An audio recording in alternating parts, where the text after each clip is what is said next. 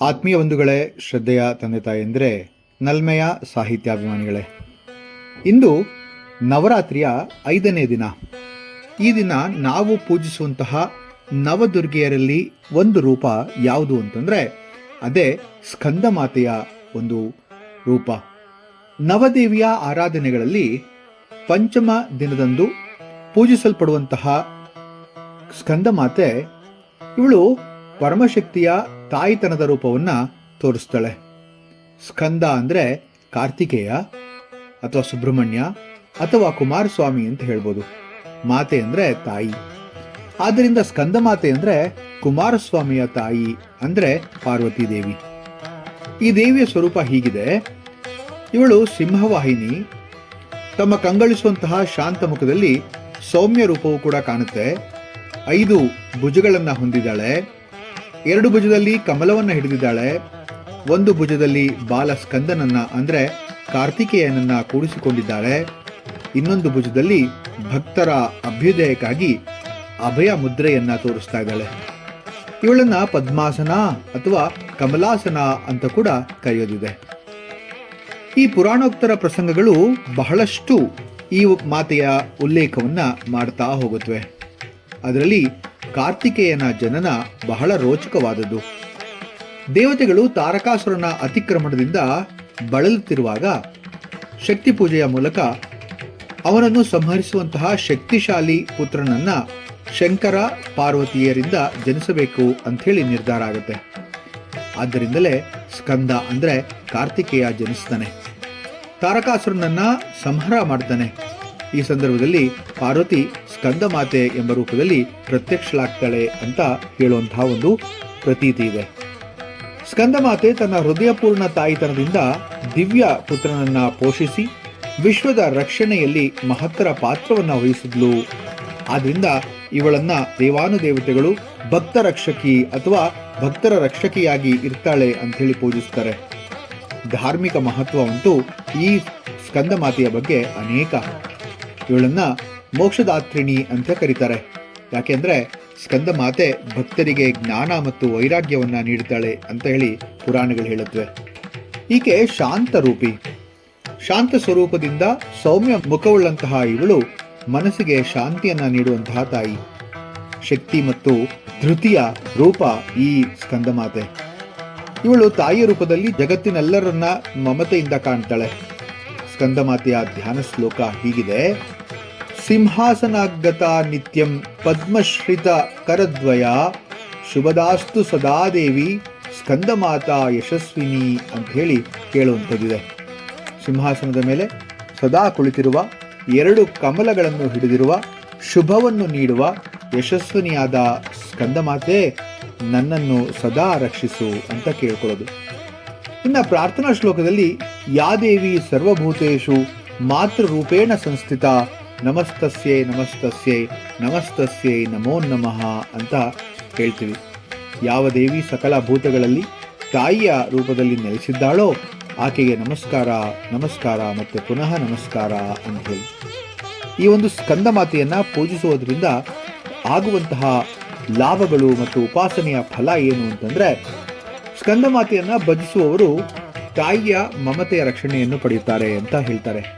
ಅಜ್ಞಾನ ನಾಶವಾಗಿ ಜ್ಞಾನ ಪ್ರಕಾಶ ಮೂಡುತ್ತೆ, ಭಕ್ತಿ, ಶಾಂತಿ ಮತ್ತು ಧೈರ್ಯ ದೊರಕುತ್ತೆ ಅಂತ ಹೇಳ್ತೀವಿ. ನವರಾತ್ರಿಯ ಪಂಚಮ ದಿನದ ಆರಾಧನೆಯ ದೇವಿ ಸ್ಕಂದಮಾತೆ. ಈ ಸ್ಕಂದಮಾತೆಯನ್ನ ಬಹಳಷ್ಟು ಪುರಾಣಗಳು ಅವಳ ಬಗ್ಗೆ ಹೇಳ್ತಾ ಹೋಗುತ್ತೆ. ನಾನು ಆಗಲೇ ಹೇಳಿದಾಗೆ ಸ್ಕಂದಮಾತೆ ಮತ್ತು ತಾರಕಾಸುರನ ವಧೆಯ ಒಂದು ಪುಣ್ಯವಾದಂತಹ ಕತೆ. ಶ್ರವಣ ಮಾತ್ರೇಣ ಪುಣ್ಯಂ ಅಂತ ಹೇಳೋದು ಕೂಡ ಅದಕ್ಕೇನೆ. ಕೇಳಿದ್ರೆ ಸಾಕು ಅಂತಹ ಒಂದು ಕತೆಗಳನ್ನು ಯಾರು ಕೇಳ್ತಾರೋ ಅವರಿಗೆ ಪುಣ್ಯ ಲಭಿಸುತ್ತೆ ಅಂತ. ಕಾಲಕ್ರಮದಲ್ಲಿ ತಾರಕಾಸುರ ಎಂಬ ದೈತ್ಯ ಮಹಾ ತಪಸ್ಸಿನಿಂದ ಬ್ರಹ್ಮನನ್ನ ತೃಪ್ತಿಪಡಿಸ್ತಾನೆ.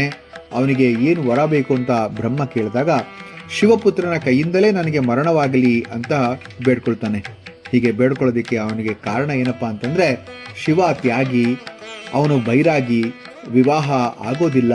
ಹೀಗಿರಲಾಗಿ ಶಿವನಿಗೆ ಪುತ್ರ ಹೇಗೆ ಜನಿಸ್ತಾನೆ ಅಂತ ಹೇಳಿ. ಇದು ತಾರಕಾಸುರನ ಒಂದು ದುರಹಂಕಾರದ ರೂಪ. ತಾರಕಾಸುರನ ಅತಿಯಾದ ದುರಾಚಾರಗಳನ್ನು ಅವರು ನೋಡ್ತಾ ಬರ್ತಾರೆ. ಇಂದ್ರನ ಸಿಂಹಾಸನವನ್ನೇ ಅವನು ಏರಿ ಕುಳಿತುಕೊಳ್ತಾನೆ. ಋಷಿಗಳ ಯಜ್ಞಗಳನ್ನು ಅಡ್ಡಿಪಡಿಸ್ತಾನೆ. ದೇವತೆಗಳು ಅಂದರೆ ಬ್ರಹ್ಮ ವಿಷ್ಣು ಮಹೇಶ್ವರರ ಬಳಿ ಓಡೋಗಿ ಈ ತಾರಕಾಸುರನ ಉಪದ್ರವವನ್ನು ನಾಶ ಮಾಡೋದಕ್ಕೆ ಉಪಾಯವನ್ನು ಹೇಳಬೇಕು ಅಂತೇಳಿ ಕೇಳ್ಕೊಳ್ತಾರೆ. ಆಗ ಬ್ರಹ್ಮ ತಾರಕಾಸುರನ ನಾಶ ಮಾಡಲು ಶಿವಪಾರ್ವತಿಯ ಪುತ್ರನೇ ಜನಿಸಬೇಕು, ಅವನು ಮಾತ್ರ ಆ ಶಕ್ತಿಯನ್ನು ಹೊಂದಿರ್ತಾನೆ ಅಂಥೇಳಿ ಹೇಳ್ತಾರೆ. ಆಗ ಹಿಮನ ಮಗಳಾದಂತಹ ಪಾರ್ವತಿ ದೇವಿ ಲೋಕರಕ್ಷಕ ಪುತ್ರನ ತಾಯಿ ಆಗಬೇಕೆಂಬ ಆಶಯದಿಂದ ತಪಸ್ಸನ್ನು ಮಾಡ್ತಾಳೆ. ಆಗ ಒಂದು ದಿನ ಆಕೆಯ ಒಂದು ಭಕ್ತಿ ಶ್ರದ್ಧೆ ಏಕಾಗ್ರತೆಯ ಮುಂದೆ ಶಂಕರನ ಮನಃ ಕರಗುತ್ತೆ, ಅವರಿಬ್ಬರ ವಿವಾಹವಾಗುತ್ತೆ. ಅನಂತರ ಅಗ್ನಿದೇವರು ಶಿವಶಕ್ತಿಯ ವೀರ್ಯವನ್ನ ಗಂಗೆಯಲ್ಲಿ ಸ್ಥಾಪಿಸ್ತಾರೆ. ಅಲ್ಲಿ ಆ ವೀರ್ಯವು ಷಟ್ಕೃತಿಗಳಿಂದ ರೂಪುಗೊಳ್ಳುತ್ತೆ. 6ನೆಯ ದಿನದಲ್ಲಿ ಆ ದಿವ್ಯ ಶಕ್ತಿಯಿಂದ ಒಬ್ಬ ಬಲಶಾಲಿ ಬಾಲಕನು ಜನಿಸ್ತಾನೆ. ಅವನನ್ನ ಕಾರ್ತಿಕೇಯ, ಸ್ಕಂದ ಅಥವಾ ಕುಮಾರಸ್ವಾಮಿ ಅಂಥೇಳಿ ಪ್ರಸಿದ್ಧಿಯನ್ನು ಹೊಂದ್ತಾನೆ. ಅವನನ್ನೇ ಷಣ್ಮುಖ ಅಂತ ಕೂಡ ಕರೆಯಲಿದೆ. ಅವನನ್ನ ಕಾರ್ತಿಕ ಸ್ತ್ರೀಯರು ಸಾಕಿದ ಕಾರಣ ಅವನಿಗೆ ಕಾರ್ತಿಕೇಯ ಅನ್ನುವಂತಹ ಹೆಸರು ಬಂತು ಅಂತೇಳಿ ಪುರಾಣ ಹೇಳುತ್ತೆ. ಈ ಬಾಲಸ್ಕಂದ ಚಿಕ್ಕವನಿದ್ದಾಗಲೂ ಕೂಡ ಅಪಾರ ಬಲಶಾಲಿಯಾಗಿರ್ತಾನೆ. ದೇವತೆಗಳ ಸೈನ್ಯಾಧಿಕಾರಿಯಾಗಿ ಆತನನ್ನ ಸಾಕ್ಷಾತ್ ಶಿವನೇ ನೇಮಿಸ್ತಾನೆ. ದೇವಾಸುರ ಯುದ್ಧದಲ್ಲಿ ಕಾರ್ತಿಕೇಯನು ತಾರಕಾಸುರನನ್ನ ಎದುರಿಸ್ತಾನೆ. ಆಗ ಪಾರ್ವತಿ ತನ್ನ ಪುತ್ರನಿಗೆ ಹೀಗೆ ಆಶೀರ್ವದಿಸ್ತಾಳೆ, ವೀರಸ್ಕಂದ, ಈ ಯುದ್ಧದಲ್ಲಿ ಜಯಶಾಲಿಯಾಗು, ಜಗತ್ತಿನಲ್ಲಿರುವ ಅಸುರ ಶಕ್ತಿಗಳನ್ನು ಸಂಹರಿಸು, ಧರ್ಮವನ್ನು ಕಾಪಾಡು ಅಂತ ಹೇಳಿ. ಆದ್ದರಿಂದ ಬಾಲಸ್ಕಂದನು ತಾರಕಾಸುರನನ್ನು ಬಲದಿಂದ ಸಂಹರಿಸ್ತಾನೆ. ಈ ಘಟನೆಯ ನಂತರ ದೇವತೆಗಳು ಪಾರ್ವತಿ ದೇವಿಯ ಸ್ಕಂದನ ತಾಯಿಯಾಗಿ ವಿಶ್ವರಕ್ಷಣೆಗೆ ಕಾರಣಲಾಗಲು ಅಂಥೇಳಿ ಭಾವಿಸಿ ಅಂದಿನಿಂದ ಸ್ಕಂದಮಾತೆ ಅಂಥೇಳಿ ಕೊಂಡಾಡ್ತಾರೆ. ಹೀಗೆ ಸ್ಕಂದಮಾತೆಯ ಒಂದು ವಿವರಣೆ ನಮ್ಮೆಲ್ಲರ ಮನಸ್ಸಿನಲ್ಲಿ ಶಾಶ್ವತವಾಗಿ ನೆಲೆಯೂರಿ ಸ್ಕಂದಮಾತೆಯ ಆರಾಧನೆ ಮಾಡುವಂತಹ ಭಕ್ತರು ತಾಯಿಯ ಮಮತೆಯ ರಕ್ಷಣೆಯನ್ನು ಪಡಿತಾರೆ. ಅಜ್ಞಾನವು ನಾಶವಾಗಿ ಜ್ಞಾನ ಪ್ರಕಾಶ ಮೂಡುತ್ತೆ ಅಂತ ಹೇಳ್ತಾರೆ.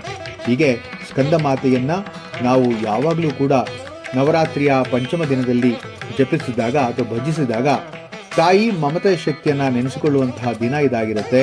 ಆಕೆಯ ಅನುಗ್ರಹದಿಂದ ನಾವು ನಮ್ಮ ಜೀವನದಲ್ಲಿ ಅಸುರ ಸ್ವರೂಪಿಯಾದಂತಹ ಅಜ್ಞಾನ, ಅಹಂಕಾರ, ಆಲಸ್ಯವನ್ನ ಸಂಹಾರ ಮಾಡಬಹುದು. ಹಾಗೂ ಈ ಒಂದು ಸ್ಕಂದಮಾತೆಯ ಪುರಾಣವನ್ನ ಅಥವಾ ಪುರಾಣದ ಕಥೆಗಳನ್ನು ಕೇಳಿದಂತಹ ನಮ್ಮೆಲ್ಲರಿಗೂ ಕೂಡ ಆ ಸ್ಕಂದಮಾತೆಯ ಆಶೀರ್ವಾದ ಎಂದಿಗೂ ಇರಲಿ ಅಂತ ಪ್ರಾರ್ಥಿಸುತ್ತಾ ಮುಂದಿನ ನವದುರ್ಗಿಯರ ರೂಪದಲ್ಲಿ ಮತ್ತೆ ನಿಮ್ಮನ್ನ ಭೇಟಿ ಆಗ್ತೇನೆ. ಅಲ್ಲಿಯವರೆಗೆ ನವರಾತ್ರಿಯ ಶುಭಾಶಯಗಳು ಮತ್ತೊಮ್ಮೆ ನಿಮಗೆಲ್ಲರಿಗೂ ಕೂಡ. ಜೈ ಸ್ಕಂದಮಾತಾ ದೇವಿ.